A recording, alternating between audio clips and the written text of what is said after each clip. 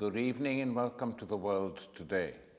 My guest today is a very distinguished academic, increasingly known as a public intellectual in Europe and elsewhere in the world. He is Professor Wolfgang Streeck, Director of the Max Planck Institute in Cologne and Professor of Sociology at Cologne University.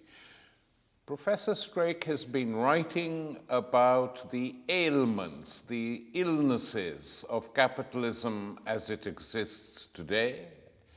Let us call it actually existing capitalism, also known as neoliberalism, and has been analyzing modern capitalism in a very unique way. So we're very glad to have him with us today. Wolfgang, welcome. Thank you. How would you best state your position on what is happening to capitalism today, especially after 2008 and the crash of Wall Street, but actually even before that? The system was running out of steam, you've written. Could you tell us why? When I began this kind of work, I looked at historical trajectories more than at given conditions.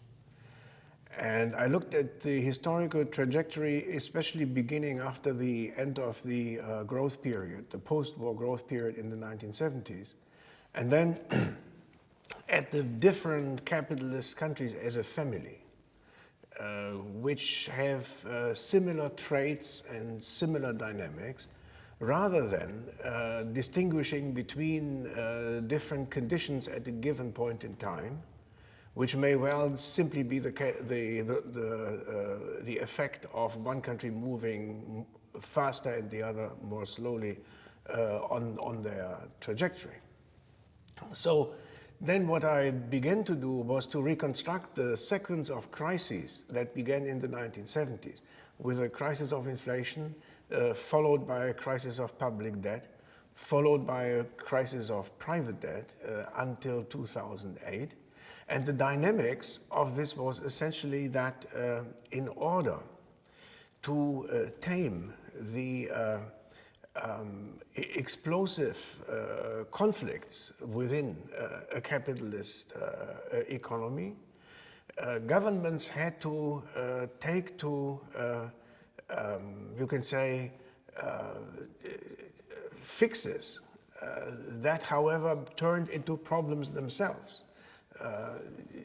Inflation is such a fix for distributional conflict. It cannot, however, be used forever. When it then was ended in the early 1980s, and then begins the period of rising public debt, which also had to be consolidated in the 1990s. Then, however, in order to provide sufficient both aggregate demand and satisfaction among voters and consumers, you had to do something else, which was opening up the private credit markets so that households could become indebted, as well as firms, with an enormous increase in overall indebtedness until the early 2000s. Then came the collapse of this system, after which we don't really know where we are. We may have run out of fixes. Now it is the central banks that have been used to keep the capitalist economy going by pumping more and more money into it, the quantitative easing trick, which I think tripled or increasingly quadrupled the balance sheets of the leading central banks, which is something that cannot continue forever. In the same way in which inflation couldn't continue forever, public debt couldn't. And with the additional twist that during this crisis trajectory, growth rates declined steadily, inequality increased, and overall indebtedness sort of exploded. Taking all of this together, I may be allowed to say that this is a accumulation of problems as we never had before, except maybe in the 1920s. But even when it came to the crash of 2008, Wolfgang, they had to use the money of the state to shore up these banks. So this notion that this was, the market working its way is nonsense. Effectively, what the market had done is to more or less make these banks bankrupt, and the state stepped in to save them. So the state is always there, it doesn't completely disappear. Absolutely. The state is an essential part of the capitalist political economy. And one of the reasons why we're now facing this turmoil in the global system is that states have been, on the one hand, co-opted for maintaining the rate of capital accumulation. On the other hand, have lost their capacity to protect voters and people from the fallout of this process. The one thing that we found was that during this long story that begins with the Keynesian 1970s and then turns into the neoliberal 2000s, during this long period, voter participation, voter turnout in all our countries went down, and basically at the lower end of the income distribution, where people simply had given up on politics, they had given up on the state, especially on the left, on the center-left parties. And then, a few years ago, when the fallout of the crisis really made itself felt, there was a tendency for a renewed political participation from the bottom. Only that this did not benefit the old center-left parties, but in part it benefited new populist left movements. As in South America. As in South America, to an extent also Jeremy Corbyn in the United Kingdom, to an extent Bernie Sanders in the United States. And at the same time, it began to support new right-wing populist parties. And so the United States last year sort of was basically divided between the left-wing populism of Bernie Sanders and the right-wing populism of the Trump movement and the Tea Party behind it. So it's in many ways also like the same in France, where the Socialist Party is essentially completely bankrupt. It's collapsed. Completely collapsed. It was like a vacuum. There's nothing there, no there anymore. And the same thing in Italy, the same thing in Spain. And so you can look around and you can see that the center-left recipe of dealing with structural change and globalization, with the opening of national economies to the world market, that recipe has completely failed. There was a problem, as you've suggested, even before 2008, that this new neoliberal consensus was creating a new center in which, for many people, it didn't really matter whether it was a left-center party or a right-center party. They did virtually the same thing. So it's almost, and you suggest this, and many people you discuss and debate with suggest this, that traditional post-war democracy created after the Second World War is in a very serious state. This is quite frightening because this could pave the way to something more authoritarian, undemocratic, not just from the extreme right, Wolfgang, but even from the liberal center. Absolutely. And see, the coexistence of capitalism and democracy was always precarious. Now, in the last, let's say, 8-10 years, I observed that the language, the public language, is becoming rougher. People are speaking up in ways that is outside of the cultural consensus, and it takes up issues that all have to do with a desire to be protected from excessive or excessively fast social and political and economic change. This need for protection articulates itself today, and I think rightly so, in terms of a very important question. What is the function of borders of national economies and national societies? To what extent is it, let's say, a moral obligation to have free trade? Or is it not rather also a political necessity to ensure that people who live in a given country and who have made commitments to themselves, to their family, to their occupation, are not overrun by change? So that at the least, the opening of national societies needs to be managed in a way that protects vested interests of people who do not live in the city of London and cannot get a job easily in Hong Kong if their job in London disappears. And what you see in our societies, and I can say this even applies to Germany, is that this division over what are boundaries good for becomes sort of geographically visible in terms of the global cities and the would-be global cities of these countries being inhabited by people who already look at the global system, see themselves as citizens of the world, whereas the countryside and the small towns are inhabited by people who are afraid of change coming too fast and who are, in an interesting way, in the same way, invested in a local culture as are the cosmopolitans of the central cities, only that they don't know that they live in a local culture. In France, it's exactly the same situation. In fact, because living in the increasingly globalized cities has become very expensive, and then also very challenging for people who are not used to multicultural life, people move away from these cities to the small towns, where they begin to behave like immigrants in their own country. They live in their closed communities. They have given up hope on their government.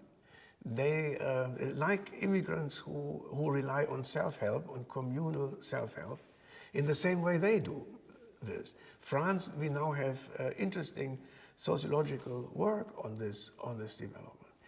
It's also true if you look at the Brexit vote in Britain. It's not just a matter of income. It's more complicated. It's class. It's also status, respect that you have in a society, and it's also the prospect looking forward. The question, what is going to happen in the future? Give you an interesting example from Germany. The new right-wing party, the AfD, they have their strongest support in the former East Germany. Now, you would think, how is that possible? Because that was communism. This is now.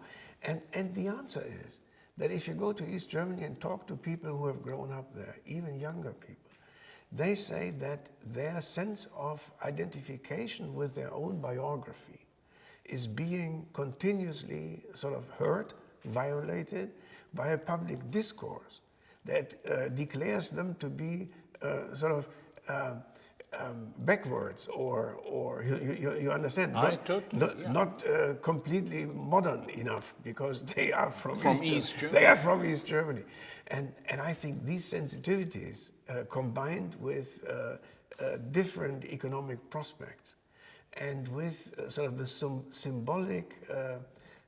symbolic sense of humiliation. Let's move on from this, Wolfgang, to discuss something which is very related. Despite the fact that all these countries which set up the EU were democratic, they had their own functioning democracies, ultimately, with however many mediations, it's the people who decided who would rule them. But this system, with all its faults, they could not transplant to the European Union. Maastricht actually destroyed any hope of there being a democratic system in the European Union. And while some people make a big fuss about the European Parliament, actually it's a body without too many powers, if any, apart from sort of ritual powers of electing the president and this and that. How do you explain this? There are different ways of approaching this. I think on the surface it is true that nations are historical constructions that do not easily disappear. And simply deciding that from now on we're no longer Frenchmen, French women, we're now Europeans, and everybody else becomes European, is a voluntaristic view of politics that cannot work, or even of social integration that cannot work. I'm a sociologist. I have done a lot of comparative work in order to understand a country that is not your own country. You have to work very hard. There are sort of background understandings, silent assumptions, communities of assumptions in each country that are very difficult to explore for an outsider. Now, all of these understandings inform our political behavior.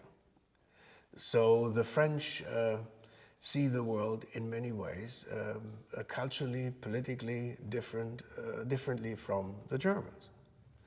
Now, that is not in their genes. It may disappear, but it doesn't appear in a matter of a decade or two. It could take a few centuries. It took absolutely, and if I look at the United Kingdom, the Irish and the English and the Scottish, they see the world in many ways differently. They have different historical grievances.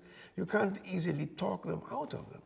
Now, that doesn't mean that they can't live together in peace. But in order to have institutions to make this possible, you have to think about not just, talking about Europe, not just about the domestic politics of Europe as a whole, but there will always be, in addition to the domestic politics of the European countries, a foreign policy between them.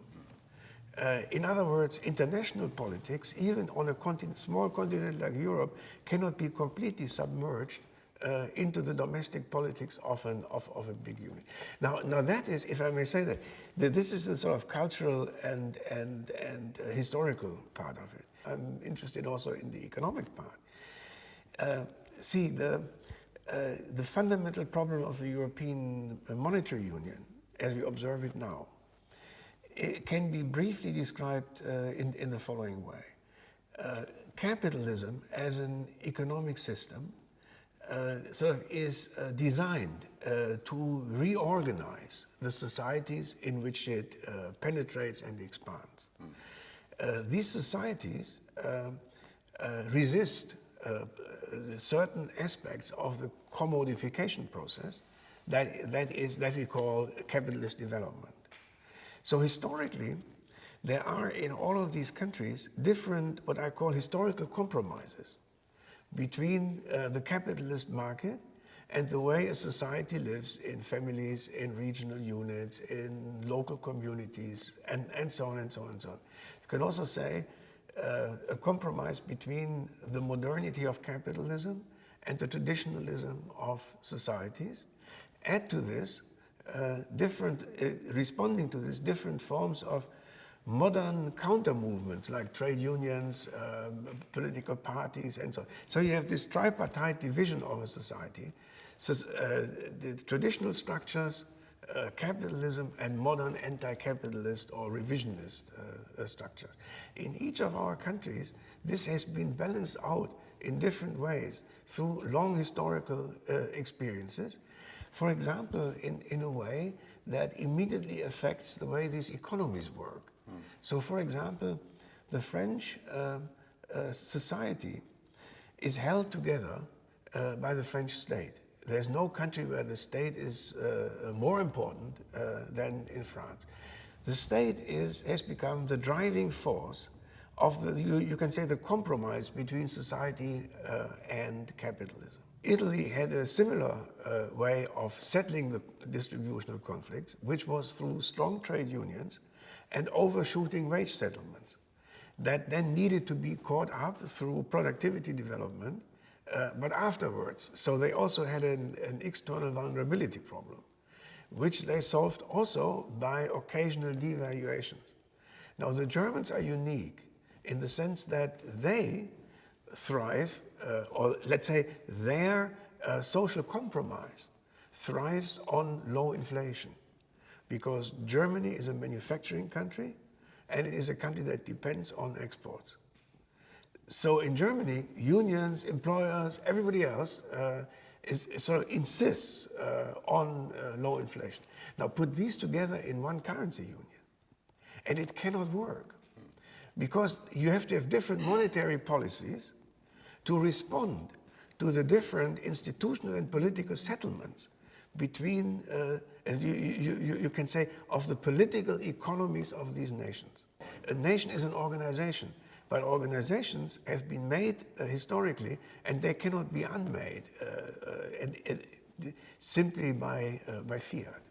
Or not just by fear, but also by imagining that creating a currency for a whole continent, despite differences in language, despite differences in state structures, was ever going to work. Yeah. I mean, you know, if I was a member of the German elite, I would be thinking, how the hell can we end this bloody euro and restrict it to perhaps 4 and 5 countries? Yeah, in a way, the euro is the paradise for the German export industry, because you have fixed market access in Europe, and the presence of the Italians and the Spanish and everybody else in the currency unit depresses the value of the currency, so that we sell in the United States and in China much lower, at much lower effective prices than we would be selling had we our own currency.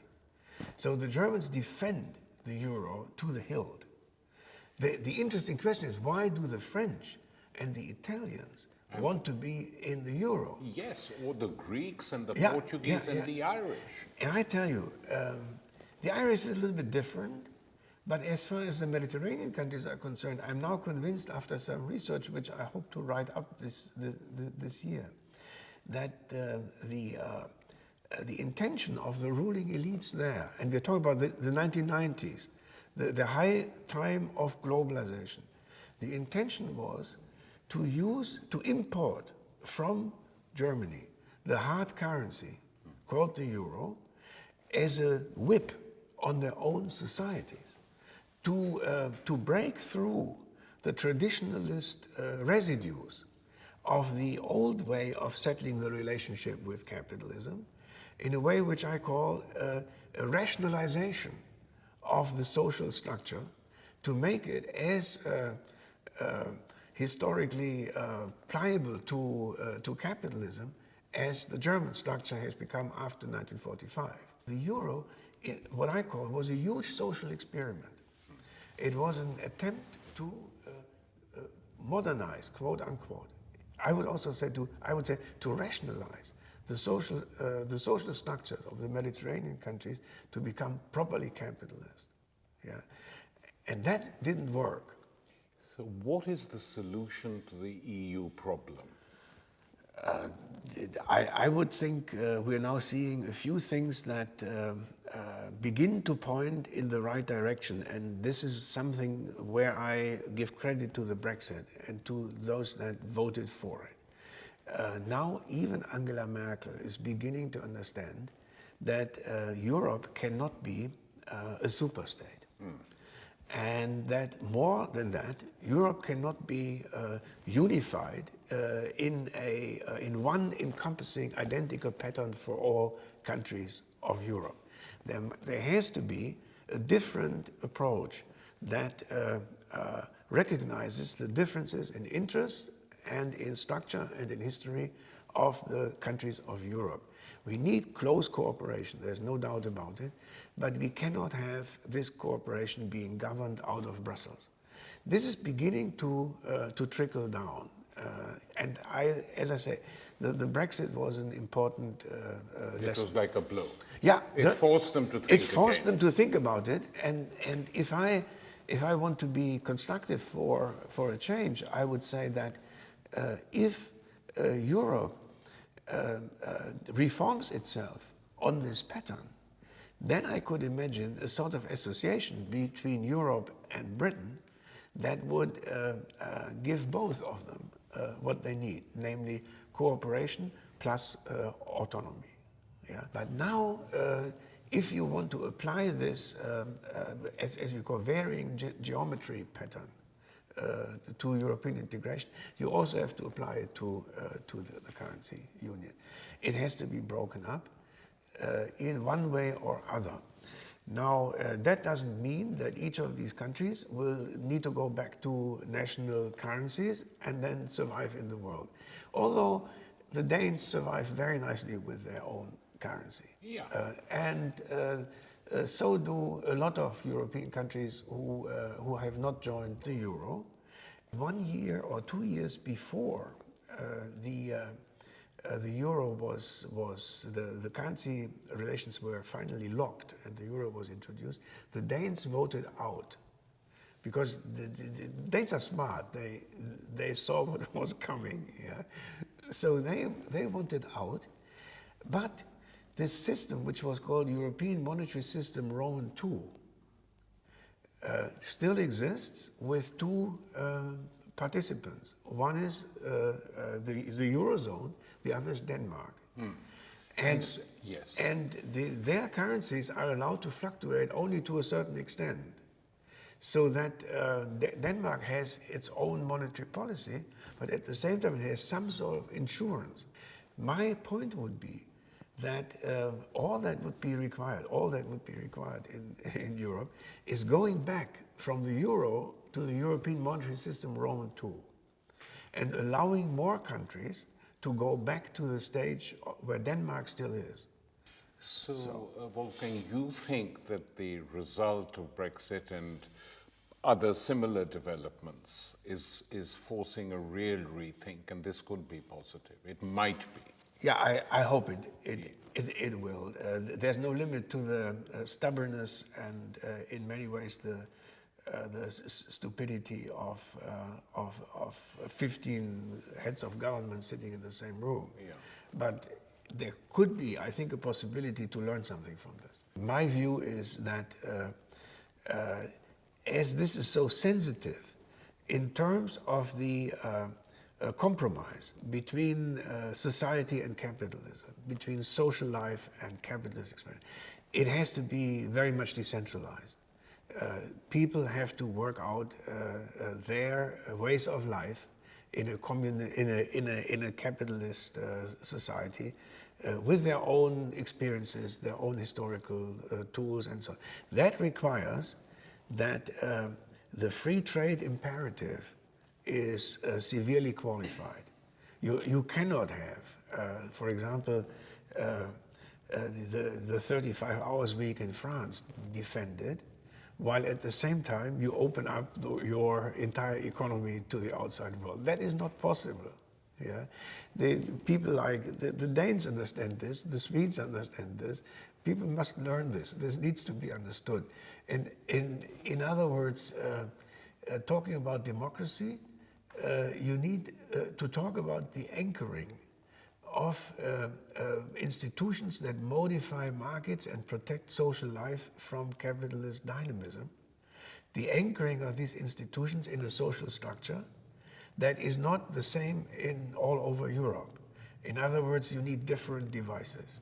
In order for these different devices to be effective, you need to protect them somehow against external interference. I know this is in many ways in many ways utopian, but since we're talking about democracy, this is one of the things that need to be kept in mind, otherwise there can be no democracy.